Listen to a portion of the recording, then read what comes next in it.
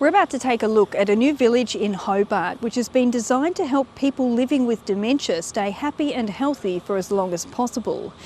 Advocates for people living with dementia say these dementia-inclusive design principles should be used in more communities and services around Australia.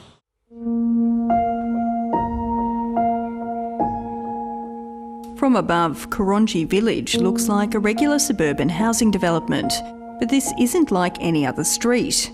The village is specifically tailored to the needs of people living with dementia. Each house and street has distinctive colours and features.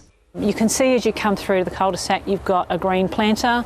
It's one of those orientation points where people will recognise this is their cul-de-sac. Residents' rooms have memory boxes for familiar items.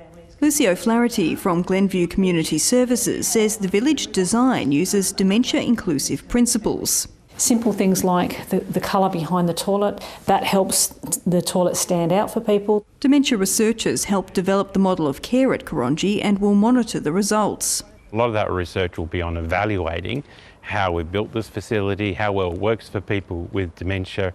Again, what are those design features that work best? About 500,000 Australians live with dementia. That's predicted to rise by 100,000 people over the next 8 years and reach more than 1 million by 2058. Right now, 1.6 million Australians care for someone living with dementia. Dementia Australia says more community and aged care services should use the dementia design principles that have influenced the Korongi village.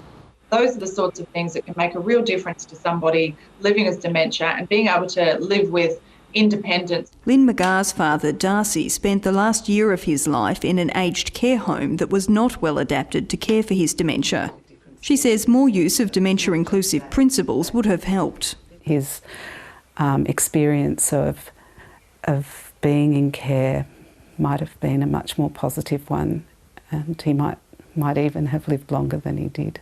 Glenview Community Services hopes lessons from Korongi can be adapted elsewhere.